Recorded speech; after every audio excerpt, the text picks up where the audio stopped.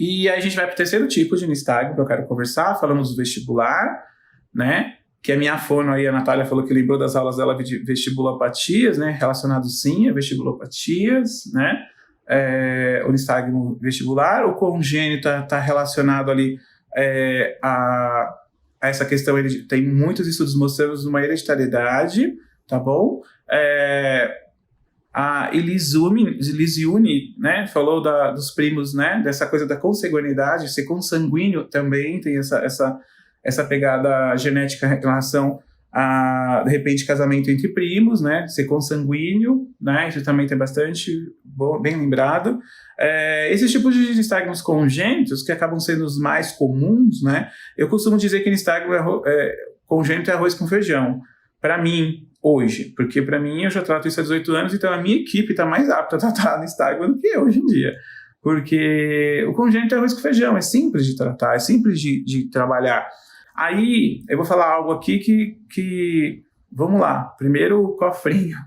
Eu vou falar uma informação de $1 milhão para vocês, né? E eu, nas minhas formações para chegar até aqui, gastei $2,5 milhões, então eu não tive isso num curso, eu tive isso ao longo de 10, 15 cursos que eu fiz para chegar nesse bingo e falar, bingo? É isso, né? O nistagmo congênito, eu vou falar aí uma dica bem...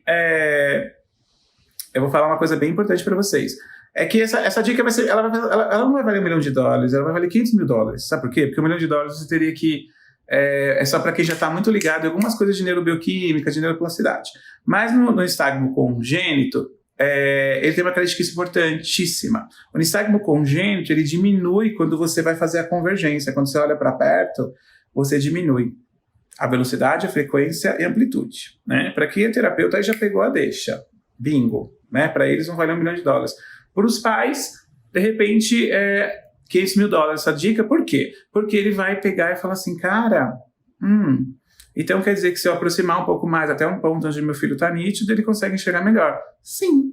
Né? E outra coisa interessante, que aí precisamos da bioquímica, aí vai ficar uma dica que não vai ser tão vantajosa agora, porque vocês não têm esse conhecimento para chegar lá, mas eu vou falar mesmo assim, vai que alguém bingo pega lá aí. O nistagmo congênito, tá? Ele tende a desaparecer quando a pessoa dorme. E os outros não, os outros continuam. Tá bom? Então eu já dei uma dica aí, ó. Essa dica aí, meu Deus, valeu muito. Que se você for pensar no que eu falei, né, refletir, né? Então tem coisas... então quer dizer que eu vou viver dormindo para curar o nistagmo? Não, né? Mas tem uma informação bioquímica importantíssima nessa história aí, tá? Outro tipo de nistagmo que é muito comum, né, é o nistagmo adquirido, que é relacionado a traumatismo craniano, alterações metabólicas, alterações tóxicas do corpo. Então, uma toxicidade, se você se contaminar por alguma substância tóxica no seu corpo, se você acaba tendo um nistagmo, você pode ter um nistagmo adquirido, você pode ter um nistagmo por toxicidade, tá? Isso vem sendo muito comum nos meus últimos 10 anos de clínica aí, tá? O nistagmo adquirido é aquele que você adquire ele na idade de jovem, adulto para frente, tá?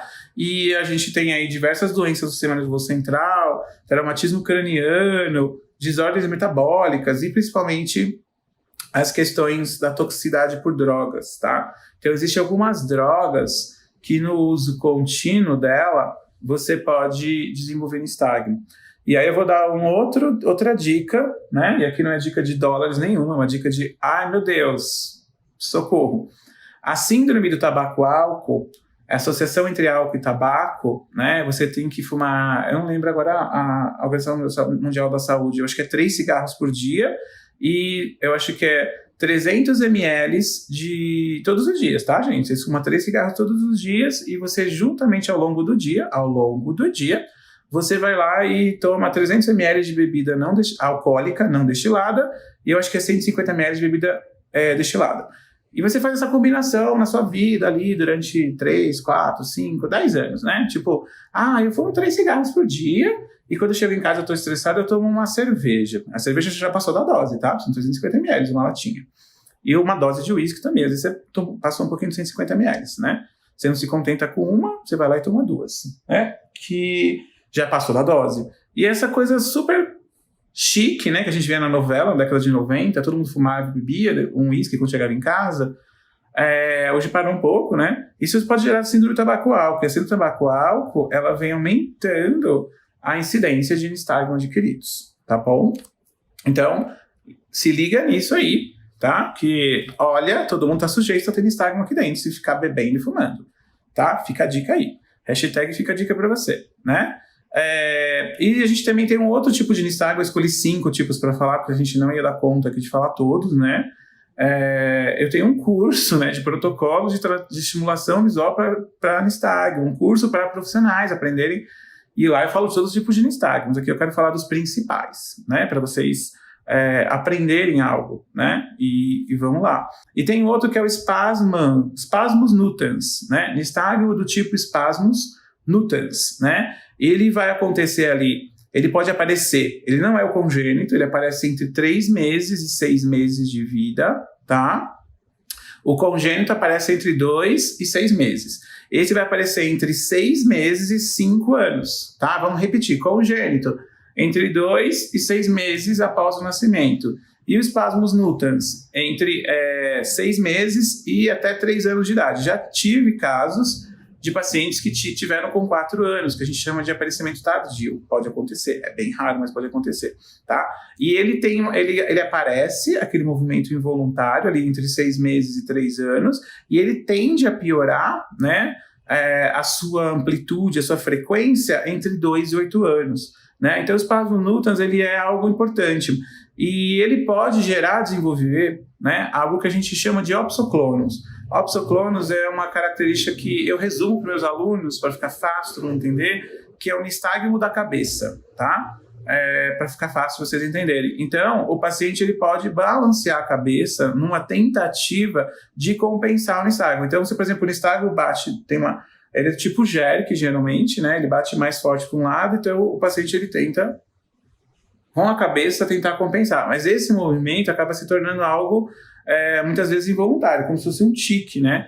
E esse opsoclonos, né, ele pode ocorrer, por exemplo, num exame, né? Ele não precisa ser o tempo todo, ele pode acontecer, a criança vai ler, ela está fazendo esse movimento, né? Esse nistagmo ele piora entre os 2 e 8 anos de idade, é muito comum acontecer de a gente perceber só quando a criança já está ali com 7, 8 anos no processo da alfabetização, que ela está ali na escola, aí ela vai com o pé da lousa, ela fica fazendo assim, aí o professor fala, nossa, que estranho, né? E o movimento começa a aumentar, né? Ele está começando a fazer isso para aumentar. Então, esses balanceamentos da cabeça aí, né, para um lado para o outro, que a gente chama de opsoclonos, ele é uma tentativa de compensação do nistagmo do tipo Spasmus nutans, tá?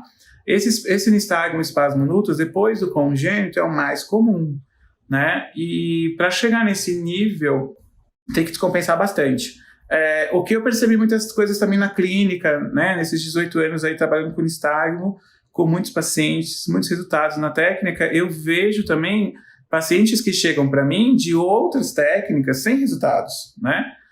Não sem resultado, a paciente melhorou um pouco, mas descompensou, por exemplo, o opsoclonos, né?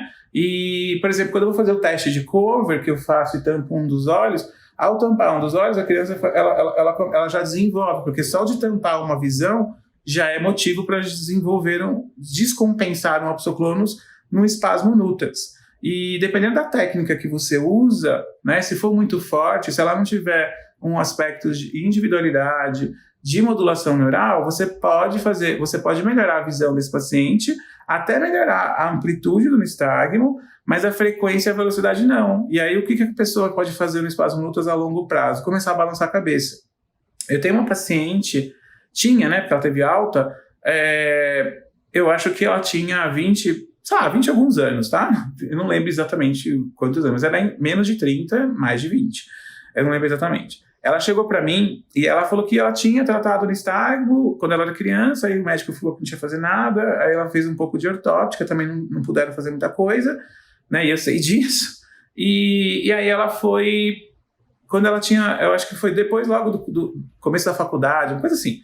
E ela estava fazendo, antigamente, nem sei se tem esse curso ainda, design gráfico, sabe? Então ela usava muito o computador, né? E aí no discurso de design gráfico, essa paciente, ela foi procurar ajuda, né? E aí ela foi procurar ajuda, se eu não me engano, na fisioftálmica, no físio. E a fisioftálmica ali estava no começo, a fisioftálmica usa das bases da ortóptica que eu usei lá no começo e não deu certo, tá? E aí trataram dela com posturologia, enfim, foi uma bagunça. Ela só me procurou, né, porque ela teve uma indicação de uma mãe, ela estava indo fazer um exame com a mãe dela, e aí essa criança estava lá. Olha como são sinais divinos, né? E aí ela falou, nossa, sua filha tem nistagmo, eu também tenho, né? Ela falou, eu trato com o professor Leandro, não sei o que, há muito tempo. Nossa, mas é muito pequena, é quase imperceptível. Ela falou, nossa, foi pior, mostrou um vídeo para ela. E aí essa paciente chegou até mim, né? E essa paciente, por que ela veio até mim? Porque ela estava fazendo tratamento, né, em outra técnica, e com posturologia, com um monte de coisa, e o nistagmo dela já estava girando opsoclonos. E um nistagmus do tipo espasmo nutans, a gente não pode mexer em tanta coisa. Você tem noção? Você tem noção quanta coisa que a gente não pode mexer? E que geralmente essas técnicas mexem, né? Então ela começou a se desesperar, porque ela estava, acho que, terminando a faculdade, tinha recém-formada, não sei. E aí ela começou a gerar o opsoclonos, né? Porque descompensou essa compensação, né? Começou a forçar outras coisas, e aí para compensar, o sistema dela tenta compensar com a cabeça, né? Porque estava aumentando a bastidela, tá?